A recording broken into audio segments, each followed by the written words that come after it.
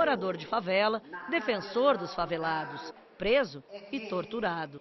Todas as torturas que eu passei, em todos os interrogatórios que eu passei, eu tive uma força especial. Parece que nasce uma coisa dentro de nós que não é nossa. E eu nunca denunciei o nome de ninguém. Eu tenho um orgulho muito grande disso. Ainda hoje, um incomodado. Grande parte da igreja, desde o primeiro momento do golpe militar, esteve unida a eles. Pessoas que começaram lá atrás uma luta que dura até hoje.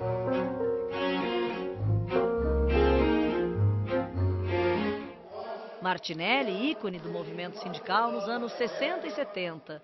Ainda hoje, com mais de 80 anos, provocativo e polêmico. Nós queremos uma democracia. Aquela que nós queremos é aquela que tem a reforma agrária, não é isso? Mas tem reforma agrária? Não tem, porque o parlamento nunca mais vai aprovar a reforma agrária, esse parlamento.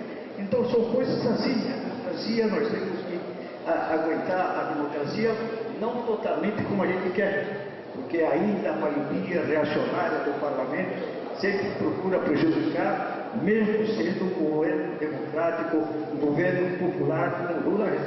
No salão de eventos do sindicato da categoria das lutas históricas, o promotor, que nem era nascido no ano do golpe, é aplaudido.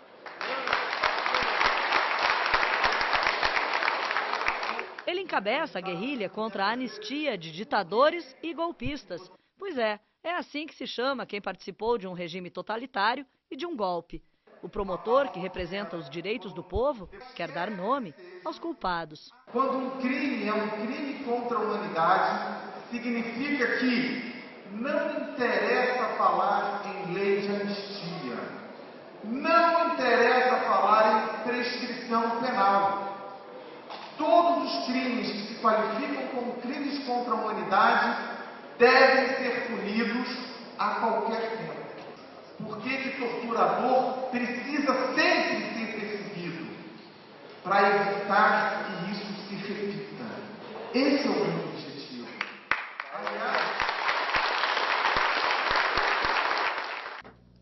Derli, como é que você vê, assim, por exemplo, esse procurador da República, que é um jovem, né, sequer era nascido em 1964, e defende essa causa com tanto fervor. Como é que você vê isso?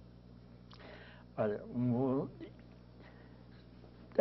aí eu acho que dá duas questões. Uma delas é uma questão teórica, né, filosófica, que a sociedade ela tem pessoas que têm uma visão mais ampla, Sim. Uma visão de futuro, de passado, de presente. São pessoas que assumem uma responsabilidade e entendem quando é que os governantes estão atuando de uma forma correta, que está de fato administrando o interesse do povo, e aí ele não resiste a ficar inerte diante de todas as questões que acontecem dentro da sociedade, ou seja, dos crimes cometidos pelos os governantes. Aí você se revolta, foi o que aconteceu comigo, aquela questão que eu estava colocando. Quem foi que me empurrou para a resistência armada e para dentro do Partido Comunista e não para ser um pastor da Igreja Metodista? Aí essa é uma questão. A outra é a época que ele está vivendo. Nós estamos numa época de que a geopolítica internacional não é a mesma dos anos 60. Dos anos 60. Nos anos 60 nós tínhamos um projeto de sociedade. Um projeto de sociedade socialista. Por isso, o comportamento na prisão, as dores da tortura, as dores da repressão, ela não é igual para todo mundo, para todas as pessoas. Eu tenho certeza que ela foi menor para mim do que para a companheira. Por causa do tipo, né? Eu estava num processo armado de resistência à ditadura, entendeu? Eu não fui vítima da ditadura, eu fiz parte de um processo. Eu faço parte desse processo até hoje. Eu tenho 71 anos e continuo. E hoje eu tenho uma missão.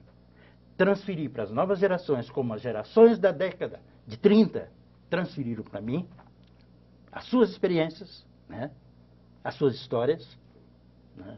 A contribuição que eles deram para o desenvolvimento da sociedade. Vamos ver mais um vídeo. Perfeito. O deputado, que fez parte da guerrilha rural nos anos de chumbo, tem muita coisa a dizer. Coisas de uma época em que, aos 20 e poucos anos, para encontrar um amigo, era preciso estratégia. Na clandestinidade, a gente não andava, entrava nos bares porque tinha cartazes. Tinha cartazes procuras. Você olhava, chegava numa padaria e olhava se tinha cartaz ou não para pedir um cafezinho. E encontrei uma companheira do PCdoB no cinema. Um dia depois eu entrei na sala de aula, uma aluna disse para mim: oi, professor, você estava entrando no cinema com uma mulher, né? Eu disse: pois é. Aí eu tive que dizer para ela: eu estava paquerando, estava namorando, nada disso.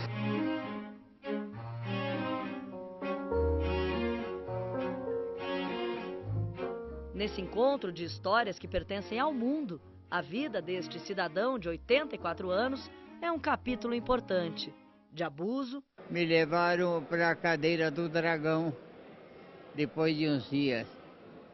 A cadeira do dragão nada mais é do que uma cadeira elétrica com o fio de 220 volts. Eles me deixavam nu e davam descarga elétrica e queimava aonde passava, me queimava.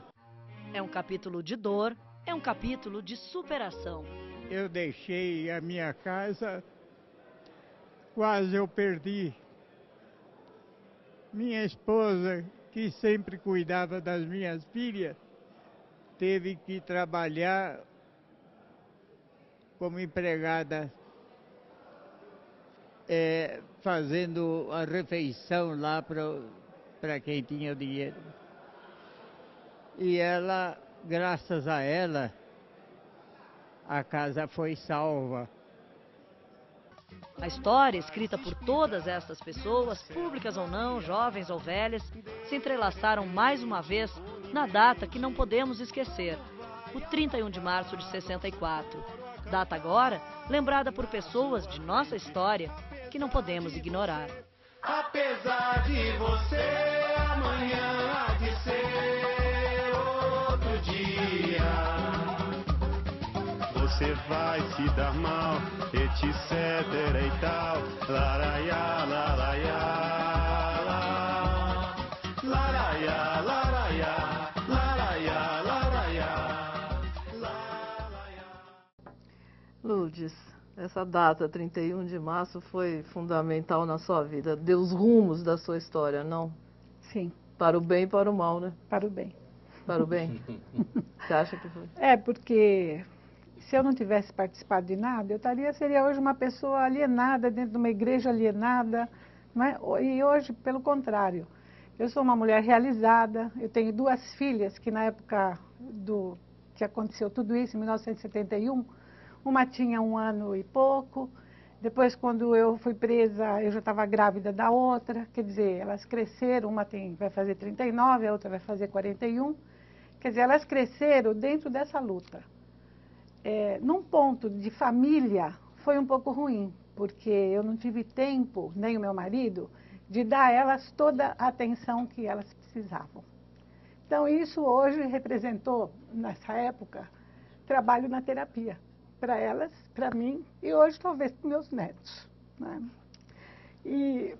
Mas isso valeu a pena. Por quê? Porque hoje as minhas filhas são pessoas que discutem, conscientes, e por incrível que pareça, as 2 trabalham na justiça. Uma na federal e a outra na estadual. Quer dizer, esse desencadeamento que eu analiso hoje e a evolução que elas tiveram, a evolução que eu tive dentro da carreira, inclusive, porque em 71 eu sustentava a casa que meu marido estava preso. Só que aconteceu o seguinte, ele ia ser transferido para o UBAN ou para o Senimar. Quem ia para o UBAN ou para o Senimar, provavelmente não voltava vivo, porque no DOPS era mais burocrático. Quando chegava na sexta-feira, funcionário público, às vezes, relaxava a questão da tortura. Mas quando ia para o UBAN ou para o Senimar, e a gente tinha sido avisado que ia para o Senimar do Rio de Janeiro. E se fosse para o Senimar, não voltava vivo, que era o caso do Ângelo lá, né? Quer dizer, vários que foram não voltaram vivos. E no DOP e no UBAN também.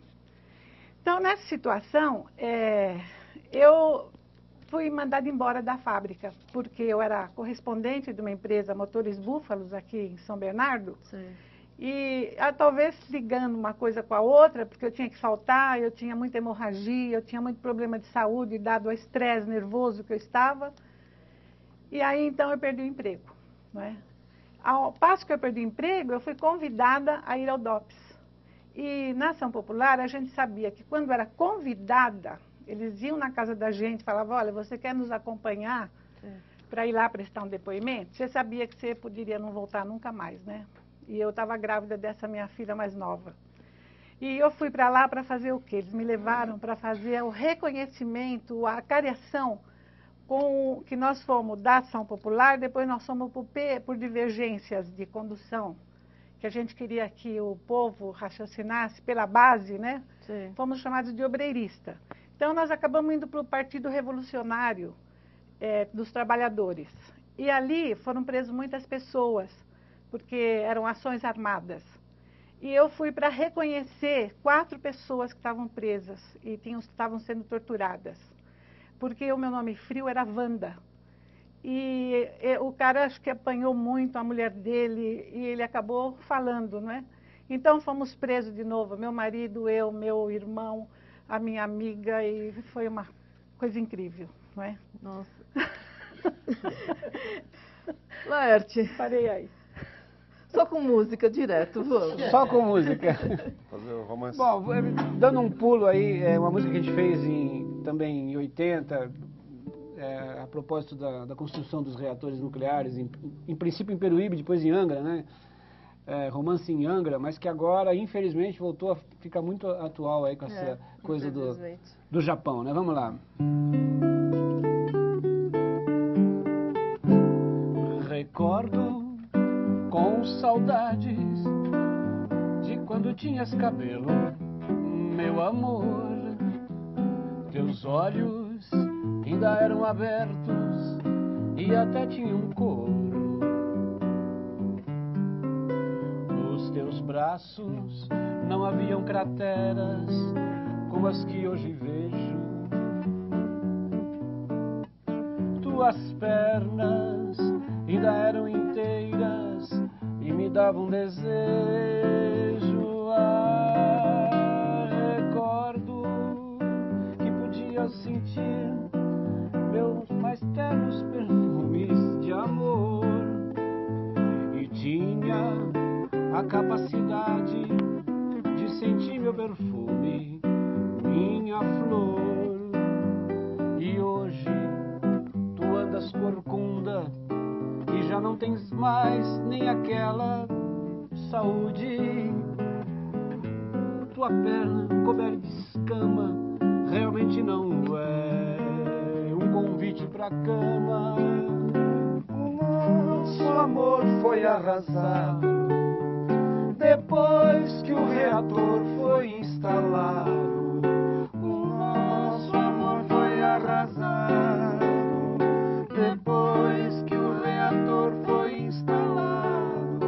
E nesse pesadelo nuclear, na mais torpe aflição, passo o tempo a suplicar, não explode coração.